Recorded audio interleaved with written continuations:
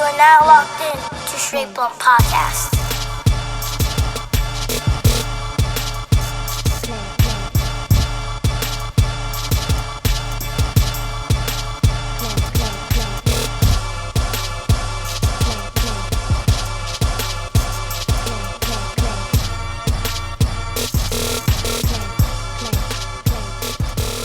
We are back with another episode of Straight Blunt Podcast, episode 5. Coach PR holding it down. My sister's not here, Nino. I got you, Nino, though. Don't worry about it. I'm taking care of everything right now. I got a super duper special friend of mine, Markuann Smith, executive producer. GodFather of Harlem. GodFather of Harlem, but actor, because I was going to give you like everything, your whole rundown. Thank you, brother. Appreciate it, man. You got a whole lot of, titles, bro. I see you, grind. I personally watched you grind, and your start from BT. Yep. I mean, I don't know if that was your start, but that's when I saw you start. Yeah. That was like what? And that was over 20 years ago. 20 years? That's 20 years ago. Absolutely. Actually, Lawana was the one that introduced us. Lawana Taylor. Yeah, Lawana Taylor, because she actually brought Inglewood's finest. Yeah, yes. Moved to New York. And then moved back. I'm still mad at her about that. Yeah. She say every leap year she's coming back, and she ain't come back yet. She says that, but she doesn't. Yeah, she doesn't do that. Shout out to Lawana Taylor holding it down over there on the west side. But she brought you over and introduced you to Teamwork with Shot Money, 50, the whole G Unit, and you was one of the first to actually do a video with 50 at Shot's basement. Yeah, right in he lived in Westbury. Yeah, absolutely. You were 19, right? Yeah, me and 19. Yeah, me and my boy 19. No, it was actually me and Cliff. It was Cliff, no, 19 we did the basketball document. Ball Under Control. Yeah, Ball Above All. Yeah. And Born to Ball, the series. The series. Yeah. So she brought you around, okay, and then that was for BT. That was for that was me hustling, doing independent projects. Right? Trying to pitch shows to BT while I was there, right, and bringing content in. Right. Yep. And that was like so that's when you started in the industry. Was it BT? I started off. Father MC. That's my older brother. That's right. Yeah, Timothy Brown. Treat them like they wanna be. I'll do for you. Treat them like they want to be treated. Everything's gonna be all right. One of the first out of Far Rockaway. Queens. MC Search. Pete Nice. I never seen Search before, but I was told he was from Far Rockaway as well. He's probably on the other side. Yeah, the other side. He definitely wasn't. He wasn't in Radford, Edgemere, Hamels. You know what I'm saying? Right, yeah. You know what I'm saying? He might have been part of Rockaway, but not Far Rockaway. You know what I'm saying? Yeah. Father MC is actually the first from Far Rockaway that we. Yeah, absolutely, brother. So, and you worked with your brother? Did you? Yeah, I was a roadie, man. I was on the road traveling with him, man. And for the people who don't know, I was carrying coffins. And the coffins is with the 1200 turntables. Those big coffins. Yeah, that's before DAT tapes and Seratos and all that other stuff. Way before that, man. And I was a roadie for Father. Pac was a roadie for Digital Underground. Right. Tretch was a roadie for Latifah. So that was my first opportunity to travel the world. I've in the studios with Herbie Lovebug, Chubb Rock. Should have made a group. You know what I'm saying? You, Father MC and Tretch. Yeah, that was. But Father older than me, I'd have been like, I wouldn't even look right. But my first tour was with Candyman, Troop, High Five. For real? Camp, Salt and Pepper. Yeah, High Five was from Texas. You know what I'm saying? I was actually on the road when. So for real, Heavy D. But that was later on. Right. I was actually on the road when Trouble T-Roy passed away when he. The unfortunate accident he had. Dancing, right? Yeah. So fell off stage. So I've been doing this for quite a while, brother. You know why I love to sell a ton of drugs in Harlem, Bumpy? It's not because of the money. What? Because every miserable street junkie, every skinny kid who goes to bed hungry because his mama is looking for a fix, every nigger baby born with a habit makes me happy. Makes my heart sing. Because I want your people to suffer like me and my wife have been suffering. How'd you get into the whole, doing movies, bro? Doing this big series? I was always into television and film. That was kind of like what saved my life. Because if anybody knows about Far Rockaway, it's not a vacation spot to grow up in. It sure ain't. You know what I'm saying? It's the last stop on the A. We call the 6th borough. We don't even consider ourselves part of Queens. You know what I'm saying? Or Brooklyn. Or Brooklyn. We're just we're just far like Rockaway. Far away. Yeah. So when my brother got his deal with Andre Harrell and to Uptown MCA Records, that was an outlet for me to travel and get out of Far Rockaway and see there was a bigger culture out there. And I was always into movies and television, so I would lock myself in a room to kind of drown out like gunshots and trying to keep myself out of the street because I was a knucklehead. You know, I was in DFY, you know, Lincoln Hall and all these crazy Division of Youth Facilities, Spofford, and you know, I just didn't want to go down that path. Watching movies is what kept me being creative. And so you just like come up with crazy ideas or something like. I wasn't like even coming up with ideas. It was just like I like movies like Once Upon a Time in America, or Raging Bull, or On These Mean Streets, or On the Waterfront. But did you know that you will someday be like, I'm gonna do? I didn't know what to be honest with you. I just were doing acting before. Yeah, but I just wanted to be creative, man. I just wanted to be around creative individuals and be able to tell dope narratives. You know, I couldn't tell where God was what path He was going to lead me down, but I just knew that I didn't want to be caught up in the structure of corporate America, of, you know, working at 9 to 5 and 12:30. Your boss is like, yo, you're supposed to be back in your cubicle. It's 12:45. Where you at? You know what I'm saying? You know what I'm saying? 2.5 hour lunch or 5 o'clock. You regret. And you got to get up and do it all again. Sunday morning. You're supposed to be happy to wake up on a Sunday. You're like, God damn, it's 7 o'clock. I got to get ready for work on Monday. You know what I'm saying? I just didn't want to get caught up in that hamster wheel. I just wanted to. It's not for everybody. It's not for everybody. You know what I'm saying? I just wanted to be creative. You know, I didn't want to be 70 years old, goddamn 70 years old, when I can now go to IHOP and get pancakes off half price, and now something I can make I need to go with you. I didn't get my AARP card. You know what I'm saying? But you know, I just wanted to do something different, man. I didn't want to enjoy my life at the end of your life. You know what I'm saying? That's not living in me. You know what I'm saying? You're not living in it. Yeah, exactly. So, but okay, so now you're growing up in Far Rockaway, and you sort of actually, you know the hood. But then you do GodFather of Harlem. Like, what made you, you know, from Queens, Far Rockaway, to do a story of somebody in Harlem? That's almost about, you know, I grew up in Harlem, 120th and St. Nicholas. And, you know, my grandfather was, you know, born in Harlem Hospital, migrated from the South. But I used to come up to Lenox Terrace, like every Sunday. This was like in late 90s, early 2000, right? And there was a young lady I used to come visit all the time who I was introduced to. And she took me under her wing as her godson. Her name is Margaret Johnson. And Margaret used to tell me these magical stories about Harlem in their heyday in the 60s. Margaret Johnson plays Bumpy's granddaughter.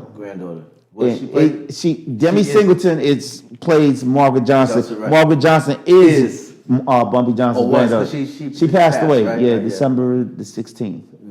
And last year? 3 years ago. 3 years ago. Okay. And she used to tell me these magical stories about walking down the street and you could hear Sam Cooke voice coming out of transistor radio, Fresh Laundry hanging out a window in Harlem in the 60s, and James Brown name on the marquee on 125th Street, or Nat King Cole getting the shape up, Red Fox cursing people out. Red Fox was a stick-up kid. People don't understand that. Red Fox, Sanford and Son, Esther was a stick-up kid. You know what I'm saying? You know, it's like a funny guy that was a stick-up kid. He was. You know, and she used to tell me these magical stories, and she also used to mention to me about her grandfather, who raised her like that was his daughter, but that was his granddaughter. His name was Ellsworth Raymond Johnson, and Bumpy Johnson, who Forrest Whitaker portrays Bumpy Johnson in The Godfather of Harlem, and how he migrated from South Carolina, from Charleston, South Carolina. He was a Geechee, and he came up here and he wanted the American dream like anybody else. He wanted to become an attorney.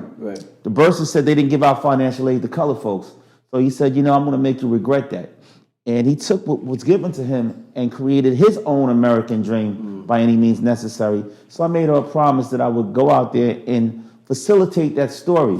Not the story you saw in American Gangster, because Bumpy didn't die in front of 30 RCA TVs talking about Pepsi and the product with Denzel. He died of congestive heart failure, eating chicken and grits. You feel what I'm saying? And Hoodlum, actually, Hoodlum also was. Hoodlum portrayed Bumpy in the early stages of his life. It was the Harlem Renaissance era. It was the Cotton Club. It was Dutch Schultz. You know what I'm saying? Lucky Luciano. Yeah. This wasn't post Bumpy when he came home from Alcatraz. Okay. So she wanted the story to be told that her father wasn't just a gangster, but he was a philosopher. Right. He read Shakespeare. He read Nietzsche. There's rumors that he beat Bobby Fischer in chess because he was an avid chess player. Wow. He played with Malcolm X chess in his home. You know, I didn't know until watching that. GodFather of Harlem, that him and Malcolm were close like that. Yeah. From the stories that were told to me from Margaret, Malcolm used to come over every Sunday. And now Bumpy didn't have everybody in his apartment. Right. You know, but Malcolm was one of those that were invited, and they would play chess. They would talk about politics. They would talk about, their world views and certain things. That was yeah. crazy. That's crazy. Yeah. And then see Adam Clayton Powell. I didn't know that. All that. That's like they were cool. Clayton Powell. Now I tell people like when you see this, remember this is not a documentary, so you're not going to get straight up hardcore facts. Right, it's going to be a lot of Hollywood embellishment. Of course. But if I can spark the brain that makes them go to the laptop and type in Wikipedia and do research, then I've done my job. Right. You know, that's what I did. Exactly. So now I feel that I've educated you where you can say, yo, I want to know more about Adam Clayton Powell. I want to know more about Muhammad Ali or Cassius Clay before he became Muhammad Ali. Because there's a big disclaimer that says this is loosely based on true events. Right. Some of it is factual, some of it is not factual. It's creative minds. You know what I'm saying? Right. Yeah, we need a score, fellas. Our supply's about to run out. Yeah, what are we gonna do, Bump? I'm not lazy. But man don't mean I want a war. But maybe I do. Right. So when you did that, was your first pick Forrest Whitaker? Like, what was your draft pick? Like, how did that happen? Forrest Whitaker, the relationship. Well, I'll tell you what happened was, my partner, Jim Atchison, he called me one night and he said, how would you feel about Forrest Whitaker playing Bumpy? After I pitched the story to him. Mm-hmm. Now, Jim is a white boy from Boston. And I said, do you know about Bumpy? He said, of course I know about Bumpy. Even though I'm a white boy from Boston, I know about Bumpy. You know what I'm saying? I'm a mob aficionado. And I was like, well, I think this story needs to be told. So he called me like 2-3 nights after meeting him. It's like, how would I feel about Forrest playing Bumpy? I said, yeah, whatever. Hung up the phone. I'm like, yeah, nigga, whatever, man. Whatever. He calls me back. He said, no, Forrest is about to spend the night at my house. Yeah, whatever. And I hung the phone back up again. And then he started laughing. He was like, no, actually Forrest is part of my family. Because his wife works with Forrest. So Joanne, who's my big sister, was like, I think Forrest would be the perfect person. But Forrest didn't attach himself as an actor. He attached himself as a producer. At first, because he wanted to make sure that the script was even worthy of him challenging his mind and engaging in his palate to play Bumpy. Right. And then we found, a couple of writers that were interested. They submitted a few spec scripts, but it wasn't just the right connection. Right. And one day, to be honest with you, I was just in the house going through IMDb Pro, just seeing who of my favorite mob movies and my favorite writers, and I came across Chris Brancato. Chris Brancato created Hoodlum. And he created Narcos. Okay, dope. And so I called my producing partner, Jim, and Jim was like, yeah, I know Chris. He lives right across the street. He comes over to my house every Sunday for Italian dinner. And the stars just started aligning and aligning. Yep, absolutely. Wow. And then Forrest got down and says he wanted to play. Well, actually, it took Forrest a while. He was interested. He thought the project was interesting. I met with him. He was like, yeah, it's an interesting project, but everybody has projects. Yeah. So let me see what you can do to enhance the project. Right. Chris committed. I got a deal with ABC Disney. ABC was a big factor behind us. Right. And they said, you know what? We're going to give you the creative space to write about this project. Chris came up with the idea, like, let's talk about Bumpy 1963 when African Americans, this was the most tumultuous time for us in history. Right. And I was like, wow, let's tell it from that factor. Yeah. I did a lot of research in the Schomburg Museum on Adam Clayton Powell, on Bumpy Johnson, on Lucky Luciano, on Vinny the Chin. And I built a whole network of research with a friend of mine, Tony Gentry, put into a Google Doc. and I was able to put it in the writers' room so the writers could get started And with grab writing all from that the information. from the information I had. You know, I spent time going through microfilm, hours and hours and hours of research in the Schomburg Museum. Because that time, and I see because they actually had Kennedy being assassinated. Did they do the Martin assassination or somebody else that got? No, Martin Luther King got assassinated later on in life, So they in didn't show that. '68. They didn't show that yet. On No, the because set. the first season is 1963. Right. So every season is a year. Okay, So second the whole season will be thing is 64, third will be 65, Okay. fourth will be 66, Yeah. 67, 68. Right. So Bumpy passes away in 1968. Right. Yep. The families want peace.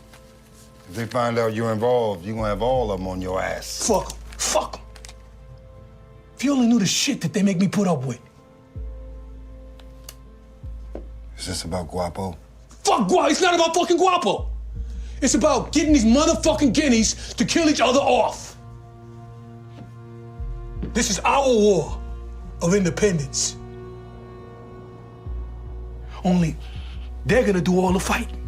I'm watching it and I'm like, oh, this is like, it's showing you so much history of the JFK movement and, just the civil rights movement, the march. It was, that's what I meant. Civil Rights March, yes. March on Washington, It yeah. wasn't March Pass, it was a march that I watched. And I'm like, it's giving you mad history behind it. So if something that you didn't know, like you said, you could go back Absolutely. and Google it and know that. I call it edutainment. You're educating but entertaining at the same time.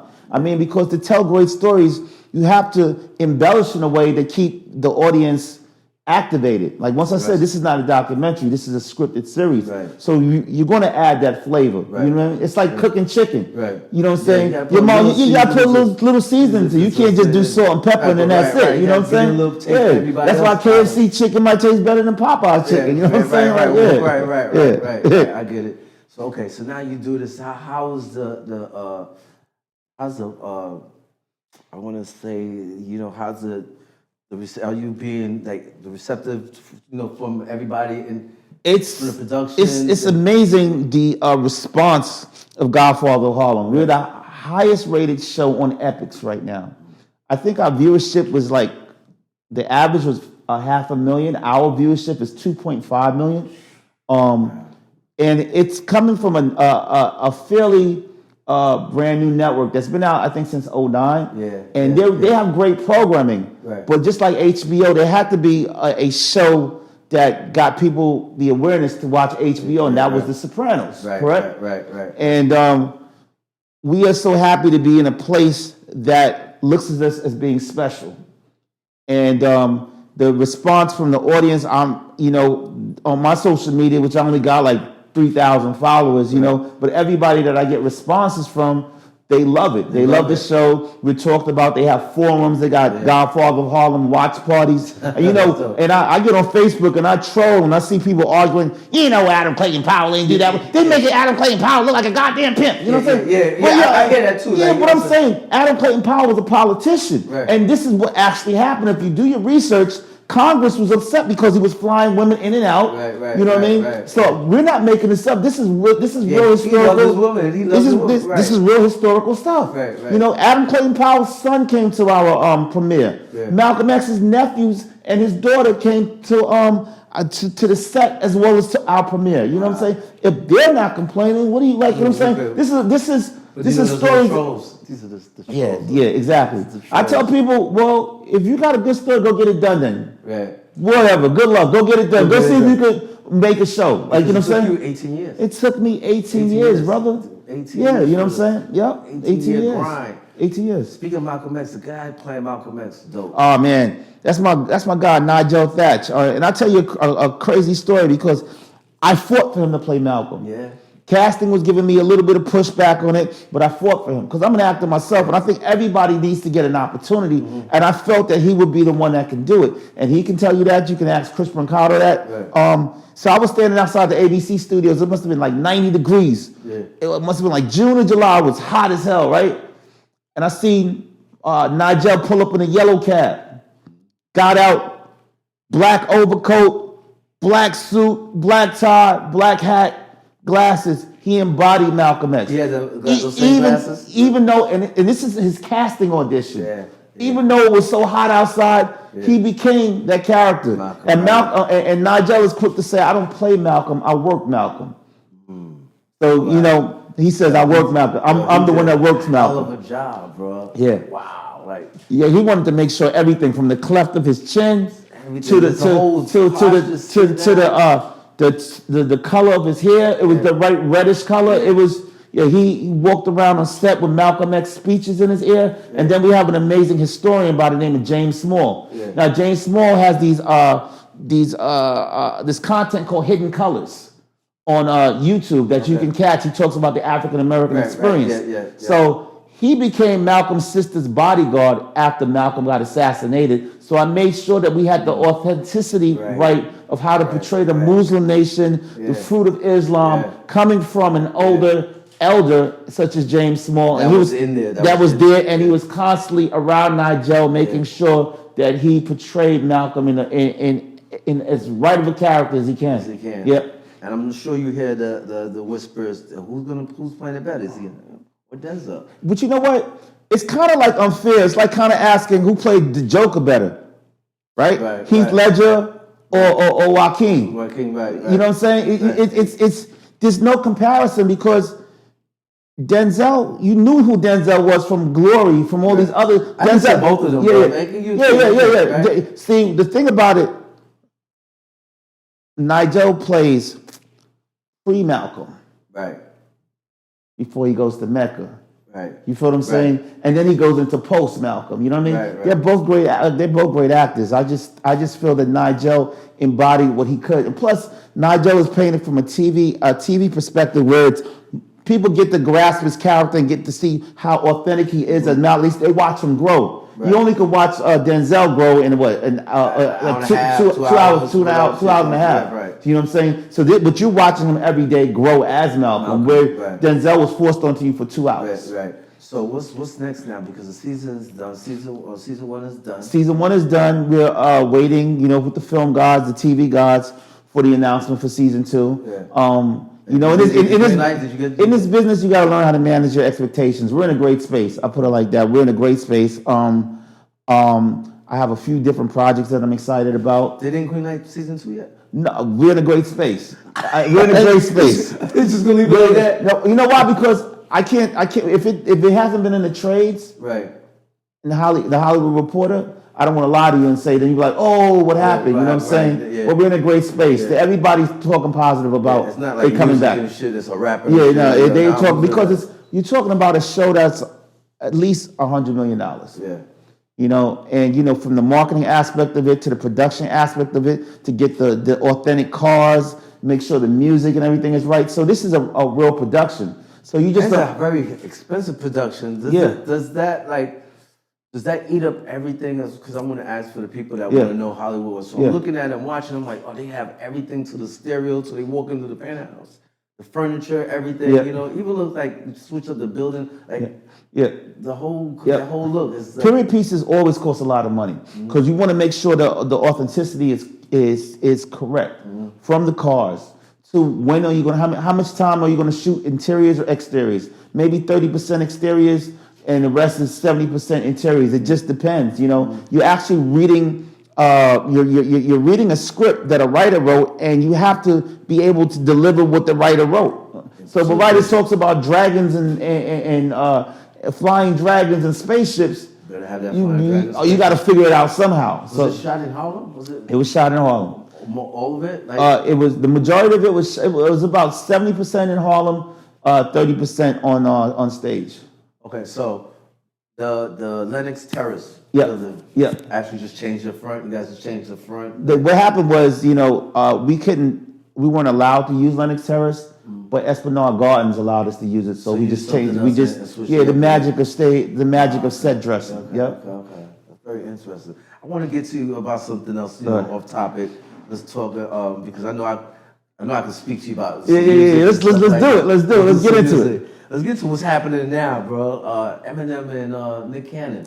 They going at it. Yeah. M got on Fat Joe's album and said some slick stuff about, with Nick and Mariah, of course, dug it back up. Yeah.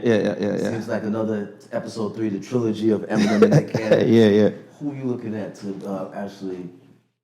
I just had a conversation with my boy Jigsaw, right, at All Hip Hop, and I think Nick Cannon, man, you better watch who you going up against. And I mean, I respect Nick, but very good, great entertainer. It's a great entertainer, but yo, bro, that's like me going in the ring with Deontay Wilder. Like, you know what I'm saying? Like, I'll be running around all. You know what I'm saying? Like, are you serious? Like, you know what I'm saying? Like, I know that's your baby mama, but are y'all still together? Like I'm like, you just tied your boots, get ready to go. And Nick is not no sucker. I think he's from Oakland. Nah, you know he's not no punk. But he's also not that dude to go fight and everything. He's not that.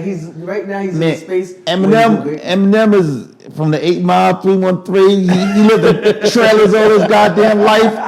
He went on drugs, got off of drugs, came back on drugs. You know what I'm saying? Life though. He didn't give a fuck about killing his baby mother, throwing her in the water. Wasn't scared to go to Southside and get 50 or run around with game and all them dudes. You know what I'm saying? So Emma's a different beast. You know what I'm saying? And he could really rap. Now, Nick to me is like, you a great entertainer. Yeah. Good Nick's artist, a great businessman. Great businessman. He's a great businessman. You're funny as hell. I like watching the stand-ups, but he's a great businessman. I think that right there, you should have kept it to Wildin' Out. Yeah. And that's it. Have a couple of jokes. And somebody gonna be wilding out in real life. But he invited him to the Wildin' Out. Oh, he invited M? To Wildin' Out. As long as it's kept like that. Because I heard that they wanted to slap box or river dance together or some crazy shit or even if he gets him on there Wildin' Out to wild out and rap. Yeah. Emma's gonna destroy him.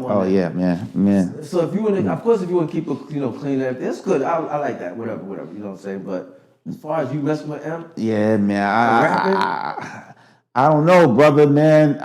That's like comparing a Big Mac to a Wendy's double cheeseburger, man. That's a White Castle. White Castle. That's what I'm not. A White Castle. You know what I'm saying? Chicken wings or some shit. Yeah. You know what I mean? Yeah. So you said you're working on another project, and, yep. and I know that you told me something. Yeah, I'm working with Lorena Davis. Larry Davis's daughter has allowed me to partner with her in the estate, which is I'm looking forward to it, man. So let's for the people that don't know who Larry Davis is. Larry Davis was from the Bronx, right? Yeah, Larry Davis is from the Bronx. In 1989, he's well known that a precinct of cops came to his house and tried to kill the nigga. Tried to kill the nigga. Tried to assassinate him. He wasn't going out like that. And he wasn't going out like that. Right. He said, I was supposed to be black boy killed on page 12. Yeah. But I became black boy who refused to die on page 1. Did any all cops get shot? Yeah, they got shot. Right? They all went to the hospital, like licking their wounds. And when they did blood work, they found out they had alcohol in their blood. They had traces of cocaine in their blood. Mm-hmm. I mean, they basically forced this young cat to sell drugs at the early age of 14 and 15. And when he decided he didn't want to sell drugs anymore, they were like, nah, you in it for life. Because they were scared that he would go and telling them. You know what I'm saying? Right. So the story is just an amazing, it's a New York story. Larry wanted to become a music producer. He produced for a lot of people in the Bronx at the time. You know what I'm saying? He just got caught up with the environment that he lived in. And Lorena and he died in jail. So he died in jail. He got killed in jail. And that was kind of. I believe it was either Shawanga or Wendy, the Wendy facility. He got killed in jail. I don't know what facility. But he got stabbed in jail a couple of years ago. That was some funny business behind it. Absolutely. So you're actually doing this story. I'm absolutely doing it with the estate. There's a lot of people saying they're doing this, they're doing that. I'm doing it with the family. Wow. And that's the only way I would do a story if the family gave me the green light and the authenticity to get it done. So and you have that. Absolutely, 100%. Who you want to work with this? I got some people I'm talking to right now.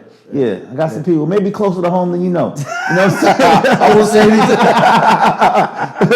Yo, Markuann, man, I appreciate you. Thank you, brother. I appreciate it, man. Anytime, man. Man, this is too short, man. I know, man. Yeah, I'm having fun, man. But I love it, man. We gotta do it again. Yeah, let's do it, man. Yo, listen. Yeah. GodFather of Harlem has got another couple more seasons, bro. Yeah, absolutely. He's gonna come back as the fur gonna be a little thicker. This is a little raccoon right now, and next time it's gonna be like a snow panther. You know, I'm gonna stick with my squirrel over there, man. Thanks, man. I appreciate it, baby. Thank you, brother.